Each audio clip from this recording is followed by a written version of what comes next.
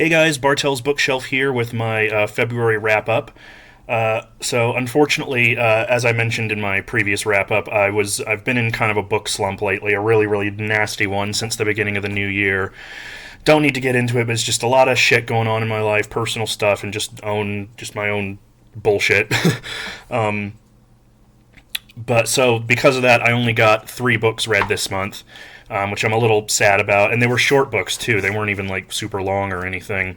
But at least I'm reading. That's the important thing. And also, I've been towards the end of this month, I've been catching up on a lot more reading. After I watched CriminOlly's video on how to read more, and he talked about not being afraid to DNF, and that's always been a problem of mine. I've always hated DNFing things, but I decided to take his advice, and I culled my currently reading list down to about 8, and then I finished a book, and now I'm down to 7, I believe, and I'm about to finish a few more. But since then, I have been reading a lot more quickly. There hasn't been that pressure, of like having to read 15 books at once on top of me. So I have been making some good progress. So hopefully, I am getting out of this slump. We'll see how it goes. But because I'm not going to have a whole lot to talk about because I only read 3 books and they were pretty short, I'm also going to tag on a little mini book haul onto this. Of course, as I usually do. Last weekend, me and Nakia and Laura went to Half Price and bought a few things. I didn't go crazy like last time. I only bought about 5 books, but I wasn't gonna haul them, but I just thought it would be fun, just a way to sort of like have more to this video than just me talking about these 3 books that I read. But anyway, so let's get into it. So the first book I read in February was On the Heights of Despair by Cioran. I mentioned this in one of my previous videos. I can't remember which one now, but I mentioned this in one of my previous videos. I started it at the beginning, or at the end of January, and I finished it at the beginning of February.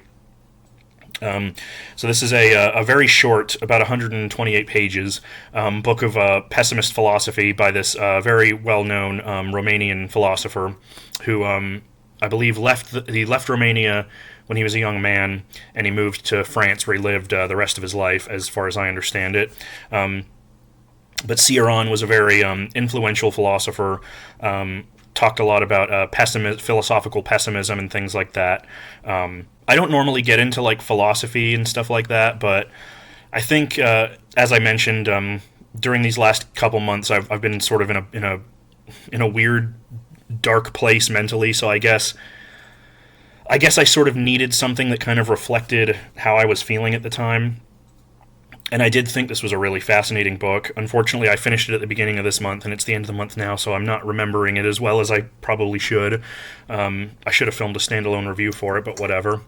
So this was his first book, I believe, and one of his, not his only book written in Romanian, but it was his most prominent one. I believe it got him in trouble with the government. I know during Nicolae Ceausescu's, I don't know how to pronounce his name, Nicolae Ceausescu's reign of sort of dominion, dictatorship. I know this book was banned under his regime. This is a very, as you might imagine, it's a very pessimistic, nihilistic, very, in some parts, a very angry work.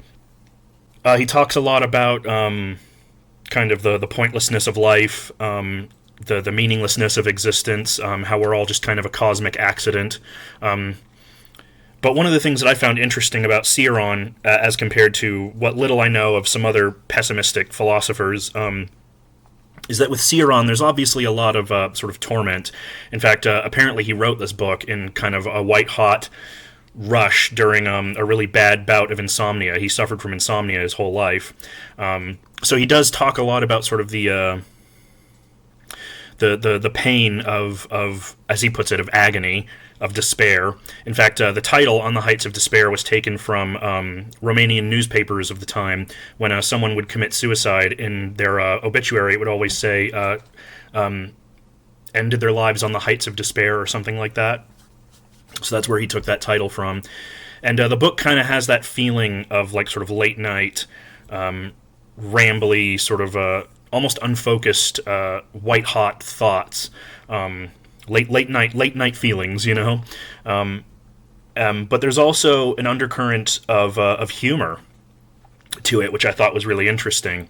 Not something you would expect from somebody like Cioran.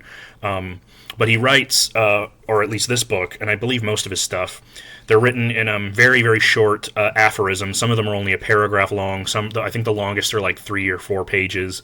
Very, very short little sort of aphorisms, mini essays, whatever, about sort of various subjects. And yeah, one of the things that I thought was most interesting about it was that he approaches despair and agony as kind of as the sort of horrible thing that it is. I mean, he doesn't deny and he doesn't romanticize sort of the pain that that depression and insomnia and all these things bring to people. But at the same time, he sort of he seems to feel that yes, there is no point to existence, but in a way that's kind of liberating, and sort of being in that kind, in sort of the heights of despair and agony, sort of there's a kind of liberty in that, in a way. I'm not explaining it very well. I'm dumb. I don't know anything about this crap, but I just thought it was a really interesting, frequently very funny, very introspective, very insightful exploration of these sort of dark feelings. And in fact, there's a lot of stuff in the book where he sort of rages against the romanticization of agony and despair and suffering. He talks about poverty and how sort of poverty is seen as like this almost like a noble thing, you know, like suffering is like, you know, poverty is a form of suffering, and suffering is this, like, you know, as like a lot of religious people believe, you know, suffering brings one closer to God, that kind of thing. And he vehemently rejects that, and he talks a lot about how, you know, people who say that people who say these things about poverty and despair and things have never really experienced it, never know what it's actually like. And he talks a lot in the book about how, you know, though this sort of attitude has led him down these philosophical roads, he often wishes that he could just be like everybody else, that he couldn't just think and he couldn't feel and he could just sort of exist as sort of an average person, which of course was something that I related to a lot as somebody who struggles with mental health and depression and things like that.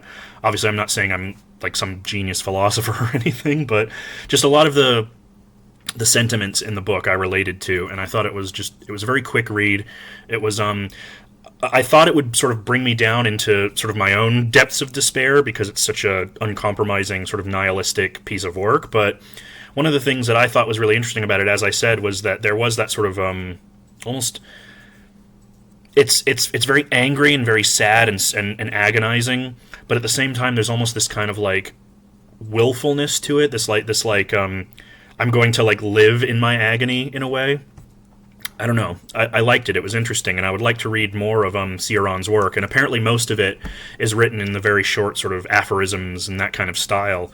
So I would like to try out more of his stuff and see how it goes. I would like to get it more into like philosophy and stuff like that in general, because I'm not that smart and I want to get smarter.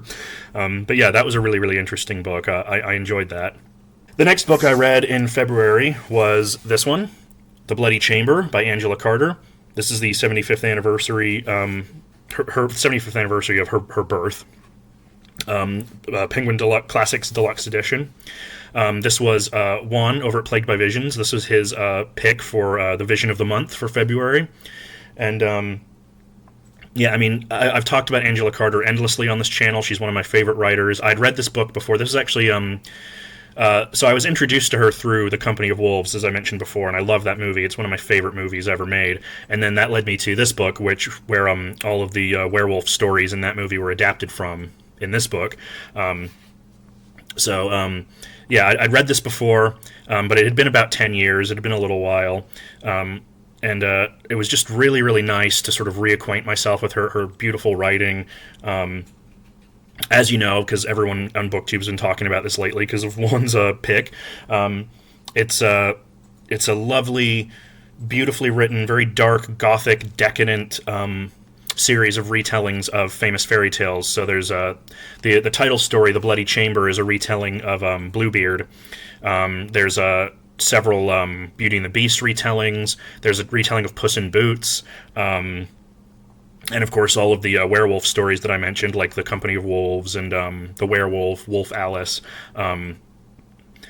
I don't really know what I could say about this that hasn't already been said. Michael K. Vaughan covered it beautifully in his video. Go watch that if you haven't.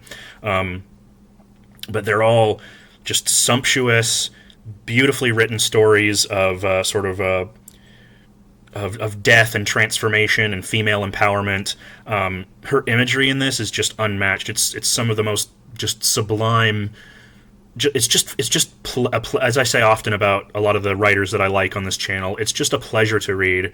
Her sense of atmosphere is unmatched. In the title story, The Bloody Chamber, there's this description of the Marquis's castle that his new bride is staying at, and it's just so beautifully written. I mean, it's so gothic and amazing. And there's another story in here, Lady of the House of Love, which isn't directly based on any fairy tale, but is about this ancient vampire woman who sort of lives like sequestered in this old gothic mansion. And again, I mean, the way that she describes it is so beautiful.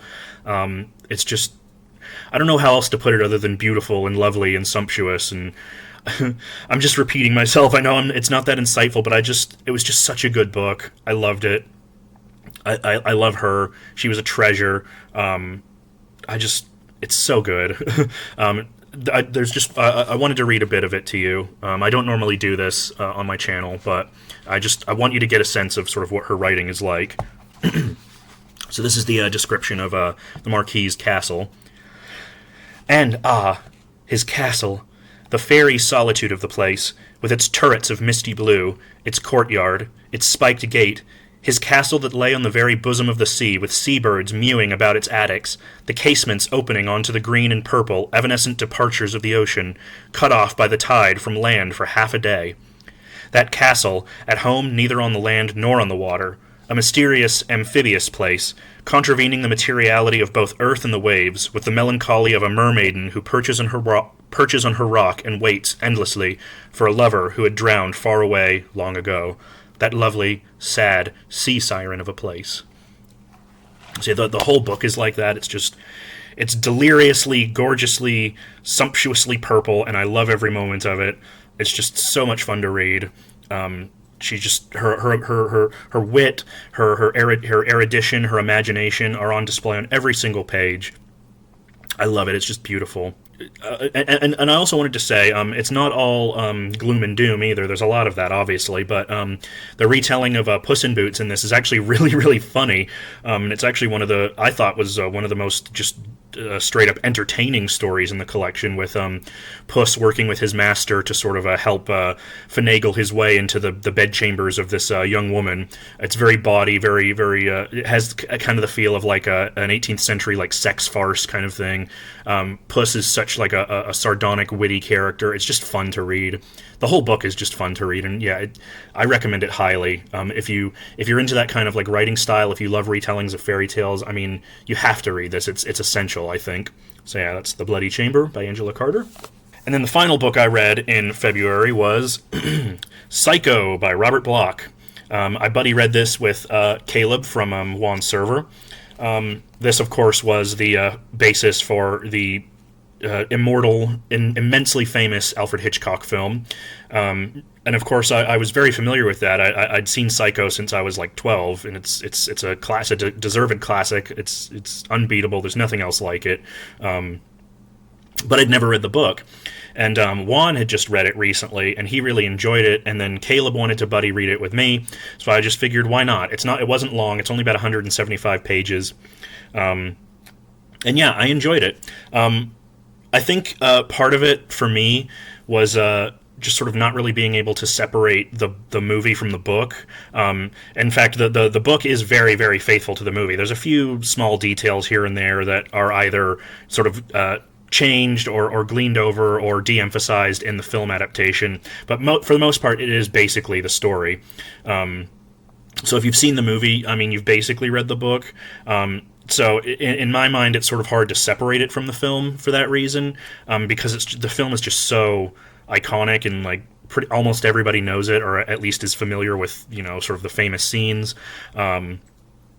So I think maybe that kind of lessened some of its impact, but it was still really entertaining. Bloch, I'd actually never read any Robert Bloch before. I think maybe I'd read a short story here and there, but I'd never read any of his novels. But the prose style in this was very simple and unadorned, not in a bad way.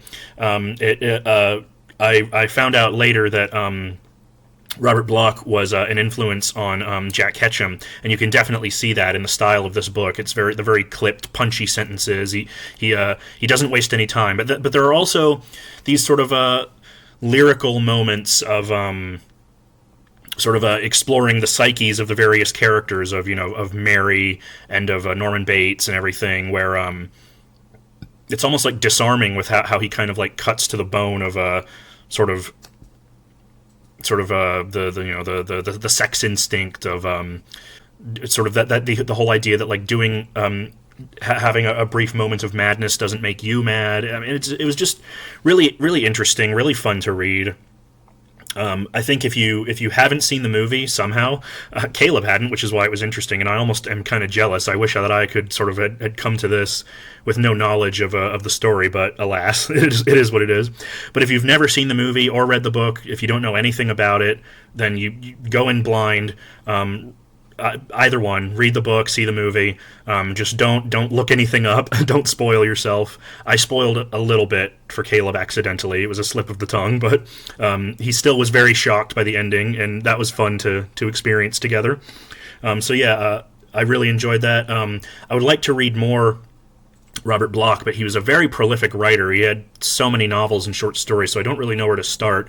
So if any of you have read any Robert Bloch previously, let me know. Like, what do you recommend? What else should I read? Because I enjoyed the style of this book. It was a very, I don't want to say it was a light read, but it was compared to like Angela Carter, like the writing style, it was very breezy and easy to intense and fun and easy to get through. It was just fun in a weird sort of way. I mean, I know that's a weird thing to say about a story about a murderer, but it was just, I don't know, it was just very, it had this very tight-knit kind of thriller feeling, and I really enjoyed that. So let me know what else there is out there from Robert Bloch. So yeah, as I said, that was all I read for this month. Not much. So I just wanted to go through the 5 books that I bought last weekend, just to sort of have something else to talk about in this video.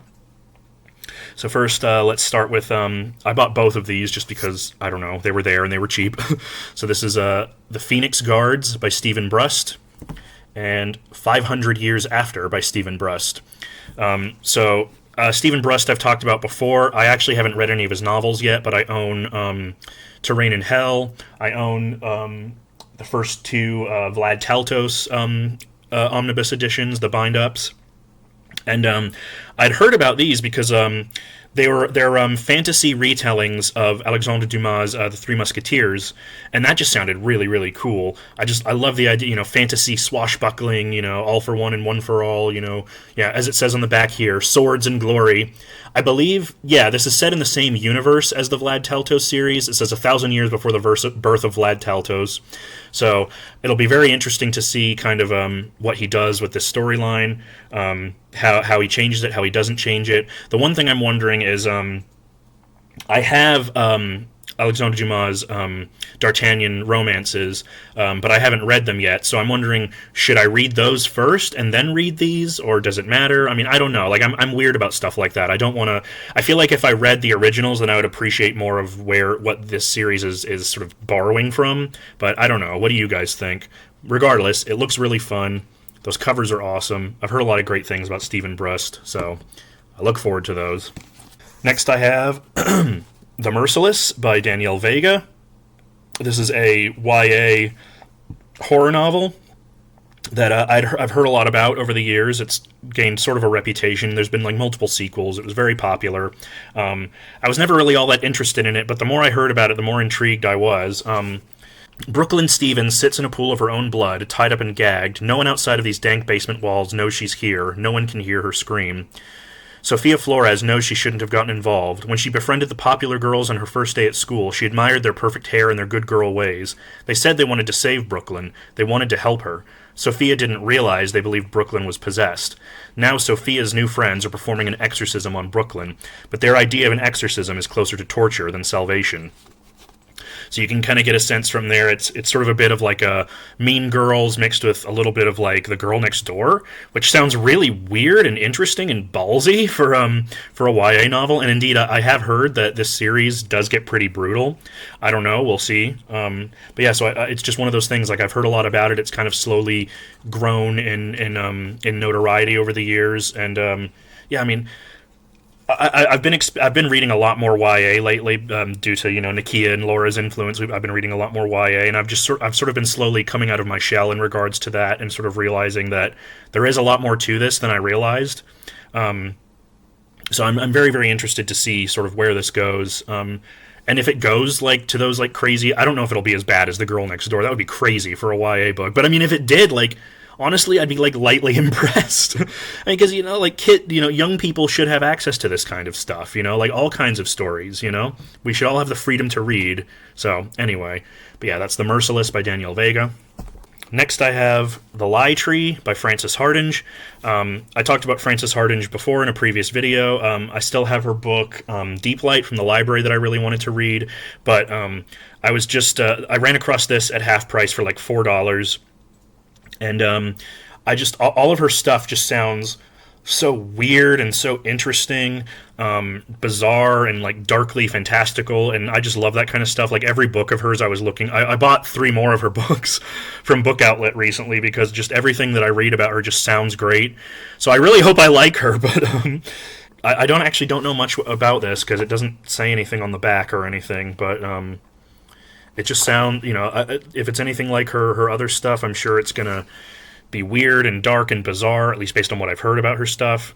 And I love that cover. Isn't that cool? So yeah, I don't know. We'll see how that goes. I just love that weird, dark, cuckoo bananas fantasy stuff, the surreal, the weird fantasy, weird tales type stuff. So I'm hoping this will be a good dose of that. And then finally, I have Unicorn Mountain by Michael Bishop. This is, again, something I got from the clearance section for about $4. I actually don't know a whole lot about this. There's a praise on the back here from other writers that I've heard of: George Alec Effinger, Nancy Kress, Michael Swanwick. It sounds like a sort of very adult-ish fantasy novel. The main reason I grabbed it was because Nakia also has a copy of it, and she told me that there's gay themes in it. And I checked, and indeed, one of the characters is a man dying of AIDS. So for a fantasy novel that was published in... When was this? Yeah, for a fantasy novel published in 1988 to be tackling those kinds of subjects, I mean, that just sounds really interesting. And I really enjoy sort of... I guess you'd say that's sort of like magic realism. I mentioned in one of my old videos, Was by Jeff Ryman, and it seems like this kind of has a similar vibe to it, where it's sort of broadly taking place in the real world, but then there's these like sort of magical, realist, sort of fantastical elements. I don't know, that's just how it sounds to me. But it just sounds really cool. I'm really into sort of fantasy novels that explore sort of real-world themes and issues through like a fantasy lens. So yeah, I don't know. And, Unicorn Mountain, it just sounds, I want to go to Unicorn Mountain. That sounds cool. So yeah, I hope that's good. If you've read that, let me know how it is. If you've read any of these, let me know how they are. But yeah, so that was my wrap-up and my mini book haul for February. I hope you guys enjoyed, and as always, if you've read any of these books or any of these authors, let me know. Did you like them? Where should I, what else should I read? Recommend to me, talk to me. I love talking about books. The main thing that keeps me going on this channel is all of the nice support and comments I receive from viewers. So please, if you have anything to say, please leave a comment. Let me know. Let's get a dialogue going. Let's talk. Let's talk books. So yeah, I hope you enjoyed. This has been Bartel's Bookshelf, and I will see you guys later. Bye!